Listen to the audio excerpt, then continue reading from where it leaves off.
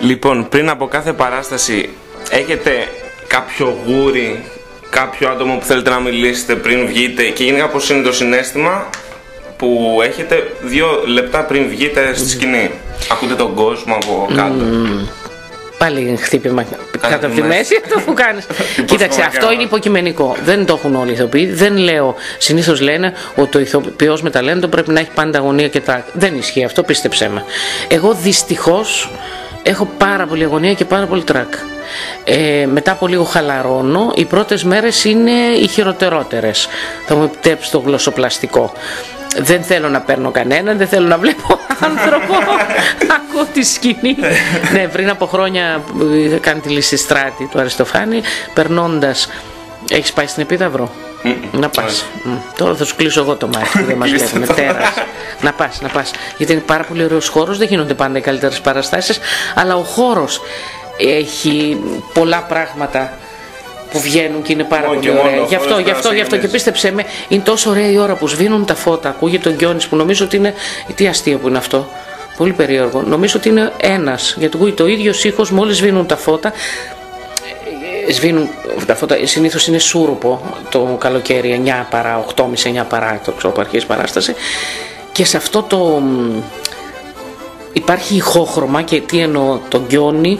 Ο κόσμος που καταλαγιάζει και περνάει από πίσω, υπάρχει μια πομπή, είναι μια τελετουργία που το κάνουν όλοι η θίαση, περνάνε και τους βλέπουν οι θεατές έτσι σε μια ησυχία, είτε σε κομμωτή, είναι πάρα πολύ ωραίο, περνάνε από τα καμαρίνια και πάνε, τα καμαρίνια συνήθως έτσι όπως είναι το κύλον, είναι στο αριστερό μέρος και περνάνε όλη αυτή η πομπή των ηθοποιών πίσω από τα παρασκήνια ας πούμε, από το όποιο σκηνικό υπάρχει, ετοιμάζονται να αρχίσουν. Και περνάνε έτσι πολύ ήσυχα. Όταν ήμουν λοιπόν στη Λυσιστράτη, που έγινε πριν από χρόνια, όχι πολλά, το 2002, γιατί ξεχνάω κιόλας, τέλος πάντων, και περνάγαμε και ήμουν εντάξει, σχετικά ψύχρεμη και γύρισα δεξιά τα μάτια και είδα αυτό το πολύχρωμο πλήθος, γιατί ήταν γεμάτο το θέατρο με τα χιλιάδες χρώματα. Λέω τώρα, αν την κάνω και στρίψω αριστερά και πάω στην δεντροστοιχεία, θα το καταλάβουν. Ναι, όταν σου λέω, ένιωθα τα βήματά μου όχι τόσο και χειρότερο. Ναι.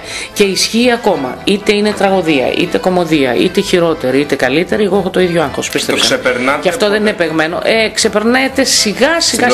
Ελπίζω, όχι, μην λέμε τέτοια. Την πρώτη νότα του τραγουδιστή με τον κόσμο, όχι, έχω άγχος. Ελπίζω ότι δεν φαίνεται στον κόσμο. Αυτό έχω κατορθώσει με τα χρόνια ή ελπίζω. Γιατί μου λένε όλοι. Μωρ, σου δίνω όπλα να με χτυπάς. Ναι, καλά. Έχω πάνω σε αγωνία. Έχω αγωνία. Πολύ. Τάση να μου πεις μετά στο τέλος. Α, γι' αυτό είσαστε έτσι.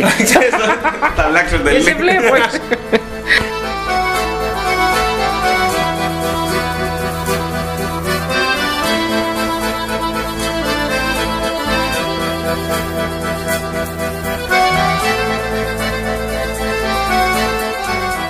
Στις 23 Νοεμβρίου ιδρύθηκε η Ελληνική Ακαδημία Κινηματογράφου με τη βοήθεια των κινηματογραφιστών στην Ομίχλη. Τι σημαίνει για το ελληνικό κινηματογράφο και για το μέλλον του η Ακαδημία αυτή? Κοίταξε, εγώ δεν έχω πολύ σχέση με τον κινηματογράφο, δεν έχω δημιουργική. Έχω από την μεριά του ηθοποιού, αλλά δεν έχω όσο έχει ο Αντώνης ο Καφετζόπουλος, που και έχει και εταιρεία παραγωγής και σκηνοθετεί και παίζει και παράγει και έργο και πολύ καλά. Εγώ βρίσκω, γι' αυτό και υπέγραψα κιόλας. Βρίσκω ότι είναι μια πάρα πολύ σωστή κίνηση, γιατί πρέπει να σπάσουν κάποια πράγματα που αφορούν σε οικονομικές εξαρτήσεις κρατικές, είναι πολλά. Είναι μια βιομηχανία πραγμάτων, γι' αυτό θα το πω έτσι, που ενώ παράγει τέχνη, παράγει έργο, θα έπρεπε, ενώ μπαίνει μέσα από λούκια πολιτικά και όχι πολιτιστικά. Και καλά, εγώ πιστεύω ότι πολύ καλά έκανε και έγινε. Πιστεύω ότι να παρτίζουν κάποιοι άνθρωποι πολύ αξιόλογοι που τους καίει ο κινηματογράφος, η τέχνη γενικότερα στην Ελλάδα, και νομίζω ότι θα βγει κάτι πολύ καλό. Αυτό πιστεύω εγώ και ελπίζω.